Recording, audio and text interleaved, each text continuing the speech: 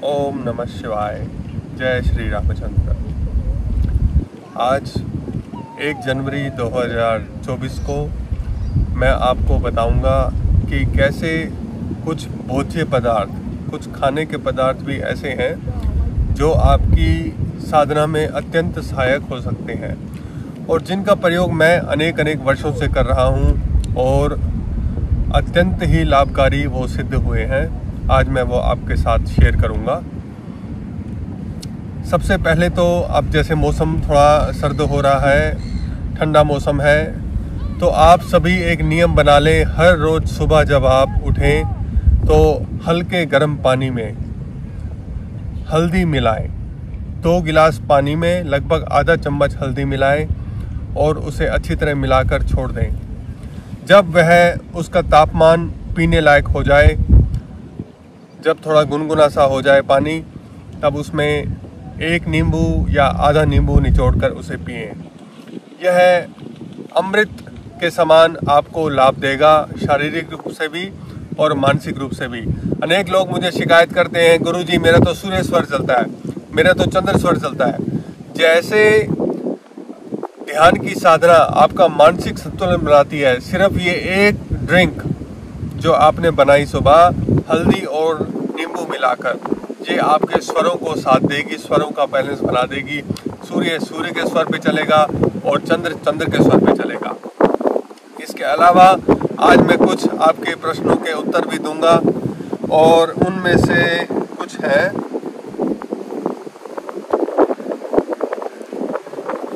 हाँ, हमारे एक जो है अनुराधा सिंह जी हैं, शायद इनका नाम, तो उन्होंने पूछा है कि नॉर्मल डिलीवरी के लिए स्वर विज्ञान में कोई उपाय है क्या, प्लीज़ बताएं। तो जो मैंने एक ड्रिंक बताई आपको, इसको आप सुबह पी सकते हैं, शाम को नहीं पिए, क्योंकि शाम को पीने से जो हल्दी के प्रभाव से ब्लड सर्कुलेशन बढ़ जाएगी तो आप सो नहीं पाएंगे ठीक से। और जो गर्भवती महिलाएं हैं वो हल्दी का भी प्रयोग थोड़ा कम करें, नींबू का प्रयोग कर सकते हैं आसानी से। अगर कोई मुझसे पूछेगा कि इसमें शहद भी मिला लें, गुड़ भी मिला लें, तो नहीं मिलाना आपने। उसका साइंटिफिक रीज़न ये है कि हमारा शरीर सबसे पहले ग्लूकोज को एक्सेप्ट करता है। जब आप कुछ भी मीठा खाते हैं, चाहे उसमें घी भी हो, उसमें मेवे भी मिले हो, खोया भी हो और उसमें मीठा भी होगा, तो सबसे पहले हमारा शरीर किसको स्वीकार करता है? चीनी को, शुगर को। क्यों? क्योंकि वो सबसे आसान है। आप किसी भी तरह का भोजन करें, मीठे भोजन से ऊर्जा प्राप्त करना सबसे आसान है हमारे शरीर के लिए। सबसे ज़्यादा तीव्र गति से वो काम होता है, इसलिए हमारा शरीर आसान काम करना पसंद करता है। तो आप उसमें चीनी ना मिलाएं तो उसके आयुर्वेदिक लाभ समाप्त हो जाएंगे शहद या गुड़ कुछ भी मिलाने से। तो इसलिए आप ध्यान रखें कि जब आप यह ड्रिंक अपने लिए तैयार करें तो सिर्फ नींबू और हल्दी का प्रयोग मैंने बताया। और जिन लोगों को कुछ स्किन की प्रॉब्लम है वो भी ठीक होगी इससे। और बालों का झड़ना और बाल जिनके टूट जाते हैं या सफ़ेद बाल हो गए हैं बिना किसी कारण के युवावस्था में, तो उनके लिए भी बहुत लाभकारी लाभ हैं इसके। बहुत सारे जो बेनिफिट्स हैं आपको होंगे। और एक और जो बात ये पूरे प्रश्न की करूं तो देखिए, डिलीवरी के समय आपको चाहिए ऊर्जा, आपको चाहिए शक्ति, आपको चाहिए अग्नि, तो वो मिलेगी आपको सूर्य स्वर से। जितना आप ओम का उच्चारण करेंगे, 3रे महीने से लेकर 9वें महीने तक, मैंने अपने अनुभव किया है जीवन में लगभग 40-50 महिलाओं के साथ, जो ओम का उच्चारण है सूर्य स्वर का, उसमें अनेक लाभ होते हैं। बहुत लाभकारी है वो। शरीर ऊर्जावान बना रहता है, थकावट नहीं होती और ब्लड सर्कुलेशन प्रॉपर बनी रहती है। तो मेरी आपको शुभकामनाएं हैं और मैं आशा करता हूं आप स्वस्थ रहें। एक और मित्र हैं ओम प्रकाश मिश्रा जी, इन्होंने सूर्य स्वर और तत्व के संबंध में प्रश्न किए हैं, लेकिन मेनली इनका फोकस शेयर बाज़ार पर है। तो थोड़ा सा मैं आपको गलत गाइड नहीं करूंगा इसमें। मैं आपको ये बता के चलूँगा कि इन्वेस्टमेंट और शेयर मार्केट जो है ना, वो आपकी स्टडी या आपकी समझ पे डिपेंड करती है। मैंने भी कभी कोई 1 रुपया भी लगाया नहीं इसमें, ना कुछ कमाया। अगर कहीं जीवन में थोड़ी बहुत इन्वेस्टमेंट करने की कोशिश भी की है तो मुझे भी हमेशा नुकसान हुआ है। कभी किसी इन्वेस्टमेंट से कभी कोई लाभ नहीं हुआ। मेरे एक शिष्य हैं तो वो बोलते हैं कि गुरुजी ये किस्मत की बात नहीं है, इट्स ऑल अबाउट प्लानिंग। तो प्लानिंग आप कैसे करते हैं, उसके बाद इन्वेस्टमेंट से आपको लाभ मिलता है। तो मेरी समझ नहीं है इतनी, मैं खुद ये स्वीकार करता हूँ कि इतना मैं चालाक नहीं हूँ कि किस पैसे को कहाँ पे लगाएं और उससे पैसे कमा लें। तो मेरे से भी नहीं हो पा रहा, तो मैं आपको गलत गाइड क्या करूँ और कहाँ करूँ मैं नहीं जानता। और एक मैंने आपको कुछ दिन पहले बताया था कि एकादशी वाले दिन अगर आपने कुछ नेगोशिएट करना है तो हमारे एक मित्र ने बोला कि ये तो ज्योतिष है, ये स्वर विज्ञान कहाँ है। तो आपको ज्योतिष से समस्या ही क्या है, क्यों होनी चाहिए समस्या?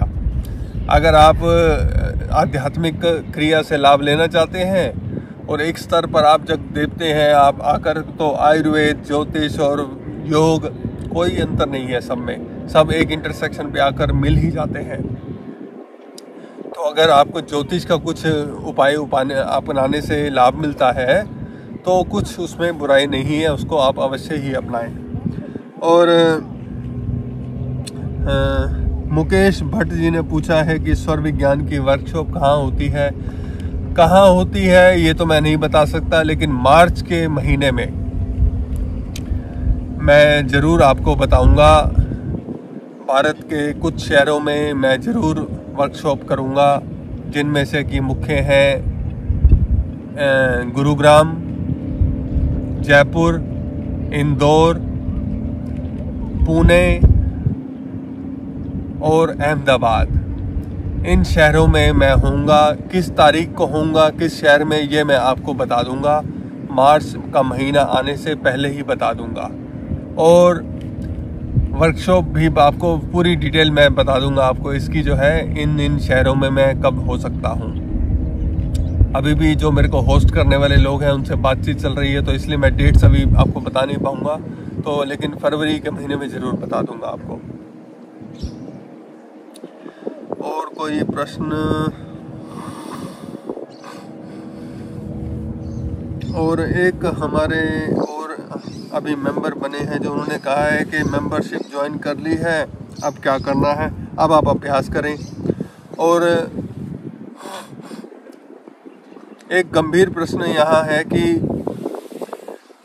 मेरी दोनों किडनी खराब हैं और इसके लिए वो क्या करें? देखिए, जैसे मैंने पहले ही बताया कि अगर मुझे भी कुछ ऐसी समस्या होगी, हाँ, अपना अभ्यास और अपनी दिनचर्या तो मेरी वैसी ही चलती रहेगी, वैसी ही रहेगी, लेकिन मैं भी डॉक्टर के पास ज़रूर जाऊंगा, डॉक्टर की दवाई को ज़रूर खाऊंगा और उस औषधि में विश्वास भी रखूंगा। और यही मैं आपको भी बताऊंगा कि ऐसी सोच ना रखें कि योग से ही सब कुछ ठीक हो जाएगा। अगर कुछ, जैसे अभी बताया मैंने आपको, ज्योतिष, आयुर्वेद, योग सब एक जगह पे मिलते हैं, और अगर हम कोई उपचार हमें आवश्यकता है तो ज़रूर ही हम उसकी ओर जाएं। ऐसी हठधर्मिता ना अपनाएं कि हम एक ही चीज़ से इलाज करेंगे। तो मैंने कहानी सुनी है, लेकिन मुझे पता नहीं सच कितना है इसमें, कि जब श्री राजीव दीक्षित जी को जहर दिया गया तो उन्होंने एलोपैथी का इलाज स्वीकार नहीं किया। तो इसलिए कि मैं तो स्वदेशी का प्रचार कर रहा हूँ, मैं क्यों कर लूँ। अब मैं नहीं जानता इस बात में कितनी सच्चाई है, लेकिन अगर वो स्वीकार कर लेते तो और लाखों करोड़ों लोगों के काम आते, जीवन उनके बदलते।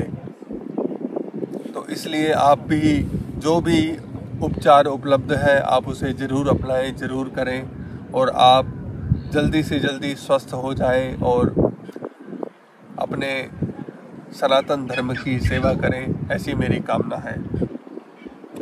हाँ, एक और हमारे जो मित्र हैं रमा महाजन जी, उन्होंने पूछा है कि यूरिक एसिड के लिए क्या करें, बताएं। यूरिक एसिड का मैं बहुत ही आसान आपको तरीका बता देता हूँ। आप फल और सब्जियों का सेवन ज़्यादा से ज़्यादा करें। अगर ज़्यादा नहीं खाए जाते, थोड़े से शुरू करें, फिर ज़्यादा तक जाएं। फल खाएं, सब्जियां खाएं, गलत खाना, तला हुआ खाना, चटनी, अचार, ये सब छोड़ दें। और जब आप फल सब्जियों का सेवन करेंगे, सुबह सैर करने के लिए निकलें, कोई अच्छी जगह पे सुंदर जहाँ खुली ताज़ी हवा हो, खूब सैर करें, पसीना निकल जाए सर्दी के मौसम में भी, ऐसी मेहनत करते हुए सैर निकलें, लंबी सांस खींचें, श्वास को रोककर दोनों हाथों को चलाकर जो है सैर करें। थोड़ा शरीर को आप मूव करेंगे, बॉडी को हिलाएंगे तो आप जो है यूरिक एसिड को भी नियंत्रित कर पाएंगे और स्वस्थ भी हो जाएंगे। तो सिर्फ दवाइयाँ खाने से काम नहीं चलेगा, आपको अपनी जीवनचर्या, अपनी दिनचर्या भी बदलनी पड़ेगी। उसके बाद आपको स्वास्थ्य के लाभ होने शुरू होंगे।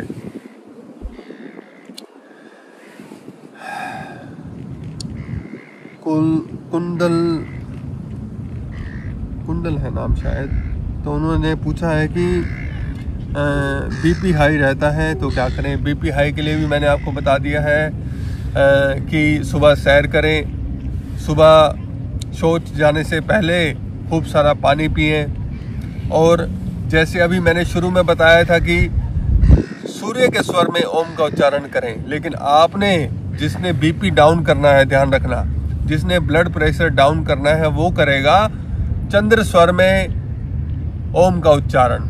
समझ लें दोनों का अंतर। जिसने ऊर्जा को बढ़ाना है, शक्ति को बढ़ाना है, सूर्य को लाना है अपने भीतर, वो करेगा सूर्य स्वर में ओम का उच्चारण। लेकिन आपने, जिसने बीपी को शांत करना है, बीपी को डाउन करना है, वो करेगा चंद्र स्वर में ओम का उच्चारण। आप इसको लगभग 2 सप्ताह करेंगे तो आप महसूस करेंगे, आप परम शांति को महसूस करते हैं, बहुत ही आनंद आता है और शरीर के सारे रोग एक एक करके नष्ट होने शुरू हो जाएंगे। आगे है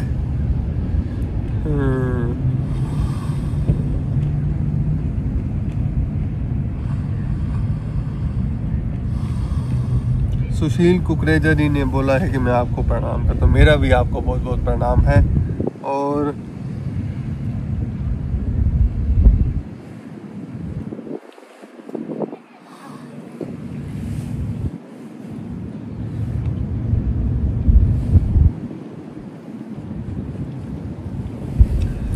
तो चंद्रकांत देवगन जी ने बोला है कि आपकी आवाज़ वैसे ही बहुत स्लो है और थोड़ा तेज़ और फास्ट बोला करें। अब मेरे बोलने का ही तरीका ऐसा है तो मैं कैसे बदल दूं। चंद्रकांत जी, आप YouTube की सेटिंग में जाके इसकी स्पीड को बढ़ा दें और स्पीकर में थोड़ा आवाज़ को बढ़ा दें तो आवाज़ तेज़ सुनाई देगी, जल्दी जल्दी सुनाई देनी शुरू होगी। अब मेरा ही ऐसी विधि है तो मैं क्या करूं।